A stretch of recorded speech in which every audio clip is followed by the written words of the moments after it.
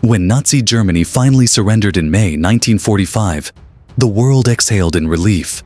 But deep beneath the Atlantic, more than 100 German U-boats were still roaming the seas, unaware or unwilling to believe that the war was over. In the days that followed, something remarkable happened.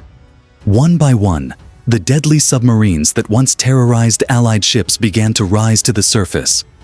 Across the North Atlantic and the icy fjords of Norway, exhausted German crews emerged, waving white flags into the cold wind.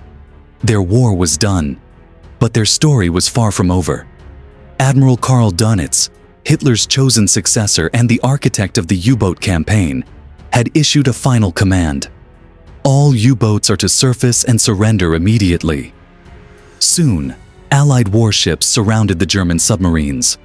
British and American sailors boarded them, seizing secret codes, maps, and weapons.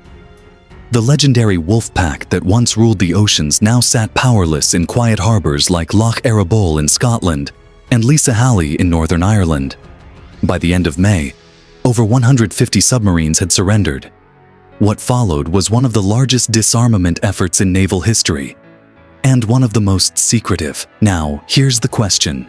What to do with the U-boats? These machines were engineering marvels, advanced, stealthy, and years ahead of their time. To the Allies, they were both trophies and threats. Britain and the United States wanted to study them. The Soviet Union demanded its share.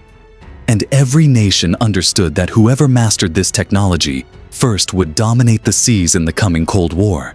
But before that came an operation unlike any other. By late 1945, the British harbors were overflowing with surrendered U-boats. Keeping them afloat was expensive, and no one wanted the remnants of Hitler's navy sitting around.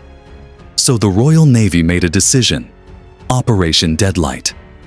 The plan was simple and grim: tow every captured U-boat into the North Atlantic and sink them. Between November 1945 and February 1946, more than 100 German submarines were deliberately destroyed. The locations were codenamed XXYY and ZZ, all roughly 100 miles northwest of Ireland. But towing the damaged subs was dangerous. Many were rusting, leaking, or sabotaged by their own crews. Rough seas claimed dozens before they even reached the designated zones.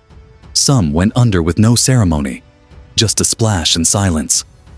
In total, 116 U-boats were destroyed. British destroyers fired shells, planes launched rockets, and demolition crews opened the sea valves to send the boats to the bottom. The last to go was U-2511, Germany's most advanced submarine, sunk on 7 February 1946. With it, the age of the U-boats officially ended.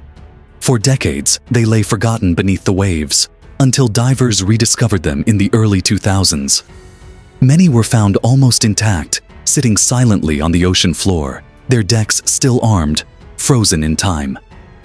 A new beginning of U-boats after the war. Not all submarines met that fate. Some were spared, not for mercy, but for science. The Allies divided the surviving fleet under the Tripartite Naval Commission. The US, the UK, and the Soviet Union each received 10 U-boats to study.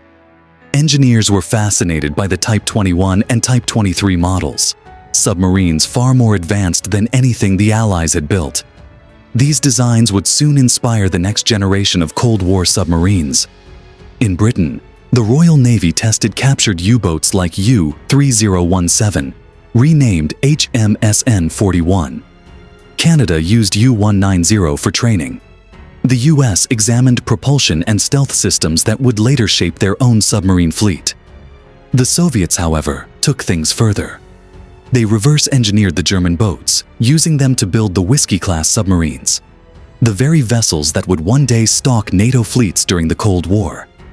What began as spoils of war quickly became the seeds of a new global arms race. A few lucky submarines escaped destruction entirely. U-995 was one of them. After serving in Norway, it was returned to Germany and turned into a museum ship in Lebaud, where visitors can still walk through its narrow claustrophobic corridors today. Another, U-505, captured intact in 1944, now rests in the Museum of Science and Industry in Chicago, the only German warship ever displayed on American soil. Others, like U-534, were raised decades later and displayed in museums across Europe, still bearing the scars of battle, but the rest remain buried beneath the North Atlantic, a vast underwater graveyard of steel and silence. In the end, over 30,000 German submariners and thousands of Allied sailors lost their lives in the Battle of the Atlantic. The U-boats that once brought fear and destruction now stand as solemn memorials, reminders of both human ingenuity and the terrible cost of war. Today, their influence still lives on. Every modern submarine, from the US Navy to the Russian fleet, carries echoes of German engineering from 1945. The U-boats may have vanished beneath the waves, but their legacy endures, deep, silent, and eternal. Thanks for watching. If you found this story fascinating, check out What Happened to Germany's Weapons and Tanks After World War II. Don't forget to like, subscribe, and hit the bell to keep diving deeper into hidden chapters of history.